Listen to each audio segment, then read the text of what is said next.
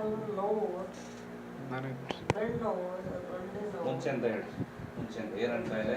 B P ಐತ್ರಿ, sugar ಐತಿ, okay, cholesterol ಐತಿ, ಆಮೇಲೆ ಕೈ ಕಾಲು ನೋವು, ಜವ್ ಹಿಡಿತಾವೆ, ಈಗ ಆಮೇಲೆ ಬೆನ್ನು ನೋವು ಇದೆ, ಆಮೇಲೆ ಕುತ್ತಿಗೆ ನೋವು, ಆಮೇಲೆ ಸೊಂಟಲಿಂದ ಎಲ್ಲ ನೋವು, ಹಿಂಗೆ ವಾಟ್ ಹಿಡಿತಾವೆ. ಆಮೇಲೆ ಸೊಂಟದಿಂದ ಇದು ನೋವು ರೀ, ಚಪ್ಪೆಯಿಂದ ಇಲ್ಲಿ ಎಳಿತೈತೆ ಓಡಾಡ್ಬೇಕಾದ್ರೆ ಕುಂತ್ಕೊಂಡು ನೋಡ್ತೀರಾ, ಸರ್ ಓಡಾಡಿ ತೋರಿಸ್ತೀರಾ ಅಲ್ಲಿ ಹೆಂಗೆ ಓಡಾಡ್ತೀರ ಅಂತ. ಆರಾಮಾಗಿ ನೀವು ನ್ಯಾಚುರಲ್ ಹೆಂಗೆ ನಡೀತೀರಾ ಹಂಗೆ ನಡಿಬೇಕು. ಇದ್ರ ಮೇಲೆ ಕಾಲಿಟ್ಟು ನಿಧಾನ ಹಿಡಿಬೇಕು, ಜಂಪ್ ನಿಧಾನ.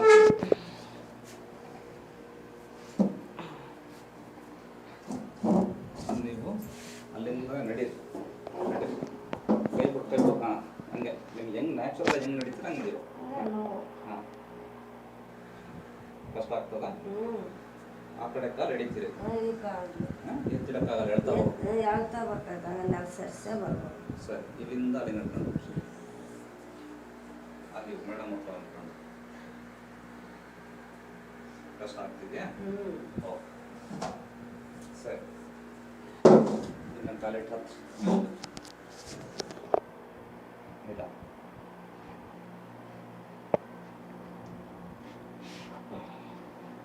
ಓಕೆ ಸರಿ. ಮಲ್ಕೆ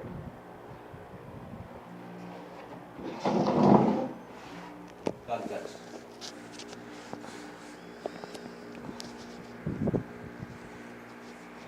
ಮೈದು ಫ್ರೀಯಾಗಿ.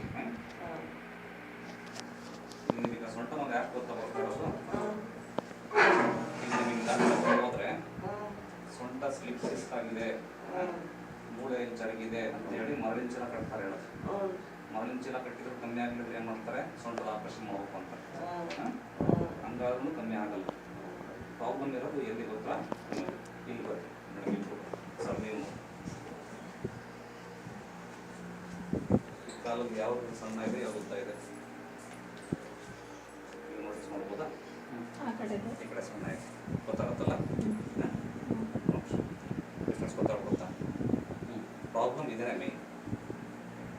ಇವ್ರದ್ದು ಎಷ್ಟೇ ಚೆನ್ನಾಗಿ ದೇಹ ಇರ್ಬೋದು, ಮರ್ಸಿಡೀಸ್ ಬೆಂಜೆ ಕಾರೇ ಆಗಿರ್ಬೋದು, ಬಟ್ ವೀಲ್ ಅಲೈನ್ಮೆಂಟ್ ಸರಿ ಇಲ್ಲ ಅಂದರೆ ಸಪರೇಟ್ ಸ್ಟಾರ್ಟ್ ಆಗುತ್ತೆ. ಇದು ಅಲೈನ್ಮೆಂಟ್ ತಪ್ಪಿತು ಅಂದರೆ ಸ್ಟಾರ್ಟ್. ಇಲ್ಲಿ ನೋವು, ಸೊಂಟ ನೋವು, ನೆಕ್ಸ್ಟ್ ಭುಜ ನೋವು, ನೆಕ್ಸ್ಟ್ ಕುತ್ತಿಗೆ ನೋವು. ಯಾವಾಗ ಒಂದು ಕಡೆ ಬ್ಯಾಲೆನ್ಸ್ ಅಂತ ನಡೀತಿದೆ, ಒಂದು ಕಡೆ ಸ್ವಲ್ಪ. ಅದೇ ಥರನೇ ಹೊಟ್ಟೆ ಗ್ಯಾಸ್ಟ್ರಿಕ್, ಹೊಟ್ಟೆ ಗ್ಯಾಸ್ ತುಂಬ್ಕೊಂತಿದೆ ನಮ್ಮ ಆಗ್ತಿರುತ್ತೆ. ಲೆಟ್ರಿನ್ ಕ್ಲಿಯರ್ ಆಗಲ್ಲ, ಕ್ಲಿಯರ್ ಆಕೈತಿ. ಈಗ ಆಗ್ತಾ ಇದೆಯಾ? ಮುಂಚೆ ಕಷ್ಟ ಆಗ್ತಿತ್ತ? ಮುಂಚೆ ಆಕತ್ರಿ, ಈಗ ಆಗ್ತಿಲ್ವಾ? ಈಗ ಕ್ಲಿಯರ್ ಆಗ್ತಿದ್ಯಾ? ಇದೆಲ್ಲದಕ್ಕೂ ಕಾರಣ ಮೇನ್ ಬ್ಯಾಲೆನ್ಸ್ ಇಲ್ಲ ಇವಾಗ. ಈವನ್ ಯೂಟ್ರೈನ್ ಪ್ರಾಬ್ಲಮ್, ಗರ್ಭಕೋಶದ ಸಮಸ್ಯೆ ಇತ್ತಲ್ಲ, ಆಪರೇಷನ್ ಮಾಡಿಸ್ಕೊಂಡ್ರೆ ಯೂಟ್ರಸ್ ಪ್ರಾಬ್ಲಮ್ ಕೂಡ ಇದೆ. 2 ಆಪರೇಷನ್ ಆಗ್ಯಾವ. ಹಾಂ, 2 ಆಪರೇಷನ್, ಒಂದು ಮಕ್ಕಳ ಆಪರೇಷನ್, ಒಂದು ಗರ್ಭಕೋಶ ಆಪರೇಷನ್. ಗರ್ಭಕೋಶದ ಆಪರೇಷನ್ ಇತ್ತೀಚೆಗೆ ಆಗಿರೋದು.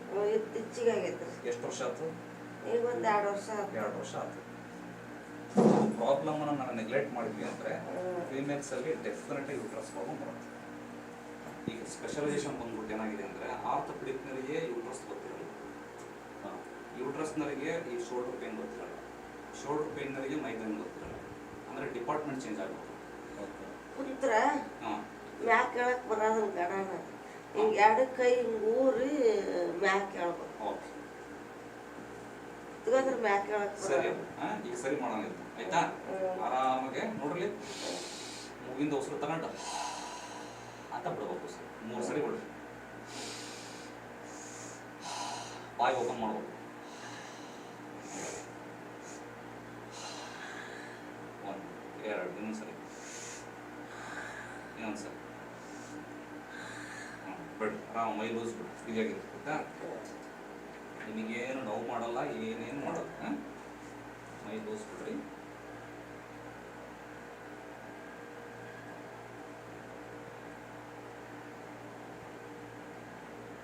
ಇದನ್ನ ಓದ್ತಾ ಇದೀನಲ್ಲ, ಇದನ್ನ ಓದ್ತಿದಾಗ ಹೊಟ್ಟೆಯಲ್ಲಿ ಏನಾಗುತ್ತೆ ನಂಗೆ ಹೇಳ್ಬೇಕು. ಹೊಟ್ಟೆ ಅಗರ ಆಗ್ತದ 5 ನಿಮಿಷಕ್ಕೆ ಅಂತ ಹೇಳೋದು. ಹೊಟ್ಟೆ ಹೊಟ್ಟೆಗೂ ಈ ಬೆರಳಿಗೂ ಸಂಬಂಧ ಇದೆ. ಈ ಸೈನ್ಸ್ ಇದೆಲ್ಲ ದಿಸ್ ಇಸ್ ಹಿಡನ್ ಸೈನ್ಸ್. ಬುದ್ಧಿಸಮಲ್ಲಿ ಬರ್ತದೆ ಬುದ್ಧನ ಕಾಲದಲ್ಲಿ. ಅವಾಗ ಕರಾಟೆ ಕುಲ್ಫು ಎಲ್ಲ ಇತ್ತು. ಅವಾಗ ಮರ್ಮ ಚಿಕಿತ್ಸೆ ಅಂತ ಮಾಡೋದು. ಇಂಥ ರಾತ್ರಿ ಎಲ್ಲ ಯುದ್ಧ ನಡೆದ ತಕ್ಷಣ ರಾತ್ರಿ ಬಿದ್ದಿರೋ ನನಗೆ ಚಕ್ ಚಕ್ ಚಕ್ ಅಂತ ಬಿದ್ದಾಡಿಸೋದು ವಿತೌಟ್ ಮೆಡಿಸಿನ್ಸ್. ಎಷ್ಟರ ಸಿವಿಯರ್ ಪೇನ್ ಇದೆ, ಜಸ್ಟ್ ಹಿಂಗೆ ಟಚ್ ಮಾಡಿ ಪೇನ್ ಕೈ ಏನು ಅಪ್ಲೈ ಮಾಡಬಾರ್ದು. ಈಗ ಮಾಡ್ತೀನಿ ರೈಟ್ ಮಾಡ್ತೀನಿ.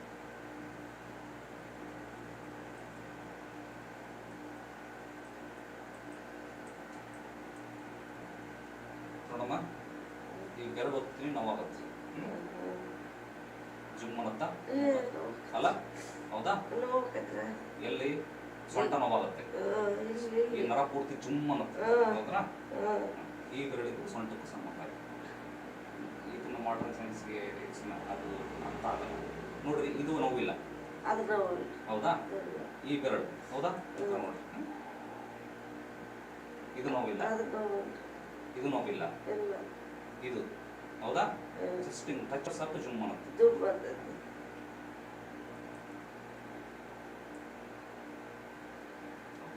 ಮೈ ಲೂಸ್ ಬಿಡು, ಆರಾಮಾಗಿ ಅಷ್ಟೇ. ಆಯ್ತು.